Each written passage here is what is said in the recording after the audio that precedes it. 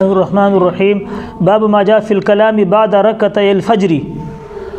فجر کی نماز اور فرض کے درمیان، یعنی فجر کی سنتیں پڑھ لیں، ابھی فرض میں وقت ہے، اس کے درمیان میں کوئی نماز نہیں ہے، ان کے درمیان میں کوئی نماز نفل نہیں ہے۔ نمبر 2، اور خاموش رہنا بھی عبادت نہیں ہے۔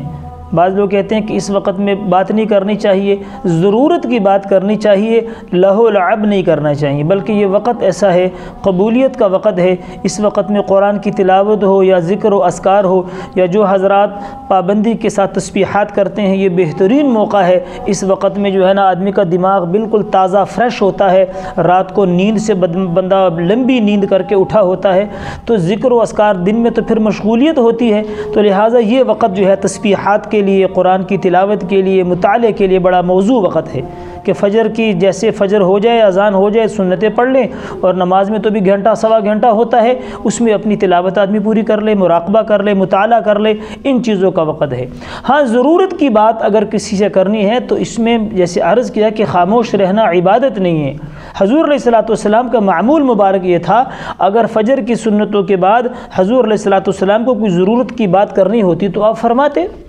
لیکن حضرت عائشہ رضی اللہ تعالیٰ عنہ فرماتی ہیں کہ حضور علیہ الصلوۃ والسلام فجر کی سنتیں پڑھنے کے بعد اگر ان کو میرے سے کوئی ضرورت ہوتی، کوئی حاجت ہوتی، تو حضور علیہ الصلوۃ والسلام مجھ سے بات فرماتے،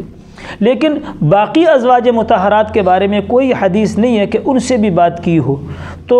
آپ کے شارح تحفۃ العلمی کے مصنف مفتی سید احمد صاحب پالنپوری رحمۃ اللہ فرماتے ہیں کہ ان کے استاد مولانا بلیالوی رحمۃ اللہ علیہ نے فرمایا تھا کہ دیکھیں، یہ فجر کی سنتوں کے بعد جو ذکر ہے، جو قرآن کی تلاوت ہے، یہ محبوب کی یاد کے لیے ہے کہ اللہ کی یاد رہے، اور اسی یاد میں اللہ کے سامنے آدمی فرائض کے لیے کھڑا ہو جائے۔ اور حضرت عائشہ رضی اللہ تعالیٰ عنہ چونکہ حضور علیہ السلام کی محبوبہ تھی، تو لہٰذا ان سے بات کرنے سے بھی نشاط پیدا ہوتا تھا، اور یہ سنتیں ہے اس لیے پہلے کہ آدمی کے اندر نشاط پیدا ہو، یعنی بشاشت قلب کے ساتھ، خوشی کے ساتھ آدمی فرائض پڑھے۔ تو چونکہ حضور علیہ السلام کی یہ محبوبہ تھیں، ان کے ساتھ بات کرنے سے بھی حضور کو نشاط ملتا تھا، اس لیے صرف ان سے ہی بات فرماتے تھے۔ باقی کسی ازواج مطہرات کے بارے میں کسی حدیث میں نہیں آیا کہ ان سے بھی بات کی ہو، لہٰذا فالتو اور بے فضول باتیں نہیں کرنی چاہیے، یا آدمی اپنے ذکر اذکار میں لگا رہے۔ لیکن اگر فجر کی سنتوں کے بعد اگر آدمی کو کسی سے بات کرنی ہے ضرورت کی، تو اس میں حرج بھی نہیں ہے، کوئی گناہ بھی نہیں ہے، بات بھی کر سکتا ہے۔